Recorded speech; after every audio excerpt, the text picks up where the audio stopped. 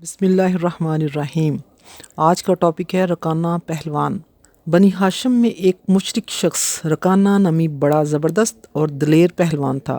اس کا ریکارڈ تھا کہ اسے کسی نے نہ گرایا تھا۔ وہ ایک جنگل میں جسے اذن کہتے تھے رہا کرتا تھا، بکریاں چراتا تھا اور بڑا مالدار تھا۔ ایک دن حضور اکرم صلی اللہ علیہ وآلہ وسلم اکیلے اس طرف جا نکلے۔ رکانہ نے آپ کو دیکھا تو آپ کے پاس آ کر کہنے لگا، اے محمد، تو ہی وہ ہے جو ہمارے لات و عزیٰ کی توہین و تحقیر کرتا ہے اور اپنے ایک خدا کی بڑائی بیان کرتا ہے۔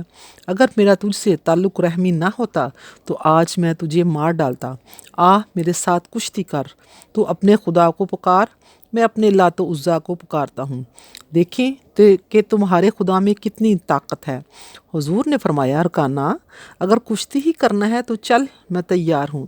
رکانہ یہ جواب سن کر اول تو بڑا حیران ہوا اور پھر بڑے غرور کے ساتھ مقابلے میں کھڑا ہو گیا۔ حضور اکرم صلی اللہ علیہ وآلہ وسلم نے پہلے ہی جھپٹ میں اسے گرا لیا اور اس کے سینے پر چڑھ کر بیٹھ گئے۔ رکانہ عمر میں پہلی مرتبہ گر کر بڑا شرمندہ ہوا اور حیران بھی، اور بولا، اے محمد صلی اللہ علیہ وآلہ وسلم، میرے سینے سے اٹھ کھڑا ہو، میرے لات و عزیٰ نے میری طرف دھیان نہیں کیا، ایک بار اور موقع دو اور آؤ دوسری مرتبہ کشتی لڑیں۔ حضور اکرم صلی اللہ علیہ وآلہ وسلم سینے سے اٹھ کھڑے ہوئے اور دوبارہ کشتی کے لیے رکانہ بھی اٹھا۔ حضور نے دوسری مرتبہ بھی رکانہ کو پل بھر میں گرا لیا۔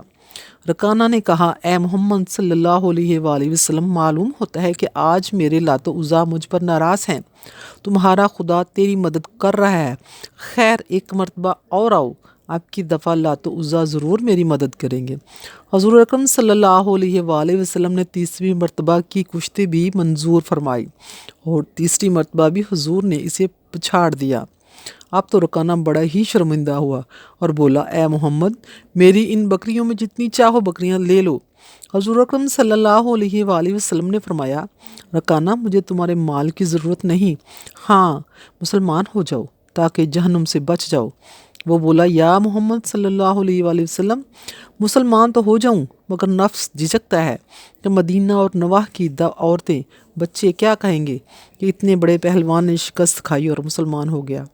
حضور نے فرمایا، تیرا مال تجھی کو مبارک ہو۔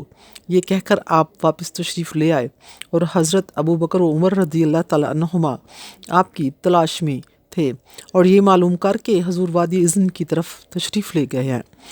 متفکر تھے کہ اس طرف رکانہ پہلوان رہتا ہے، مبادا حضور کو ایذا دے۔ حضور اکرم صلی اللہ علیہ وآلہ وسلم کو واپس تشریف لاتے دیکھ کر دونوں حضور کی خدمت میں حاضر ہوئے اور عرض کیا، یا رسول اللہ صلی اللہ علیہ وآلہ وسلم، آپ ادھر اکیلے کیوں تشریف لے گئے تھے جب کہ اس طرف رکانہ پہلوان جو بڑا زور آور اور دشمن اسلام ہے رہتا ہے؟ حضور یہ سن کر مسکرائے اور فرمایا، جب میرا اللہ ہر وقت میرے ساتھ ہے پھر کسی رکانہ وکانہ کی کیا پرواہ، لو اس کی پہلوانی کا قصہ سنو۔ چنانچہ حضور نے سارا قصہ سنایا۔ صدیق و فاروق سن کر خوش ہونے لگے اور عرض کیا، حضور، وہ تو ایسا پہلوان تھا کہ آج تک اسے کسی نے نہ گرایا تھا، اسے گرانا اللہ کے رسول ہی کا کام ہے۔ ہمارے رسول اکرم صلی اللہ علیہ وآلہ وسلم ہر فضل و کمال کے منبع و مخزن ہیں اور دنیا کی کوئی طاقت حضور کے مقابلہ میں نہیں ٹھہر سکتی۔ مخالفین کے دل بھی حضور کے فضل و کمال کو جانتے ہیں لیکن دنیا کی آڑ سے اس کا اقرار نہیں کرتے۔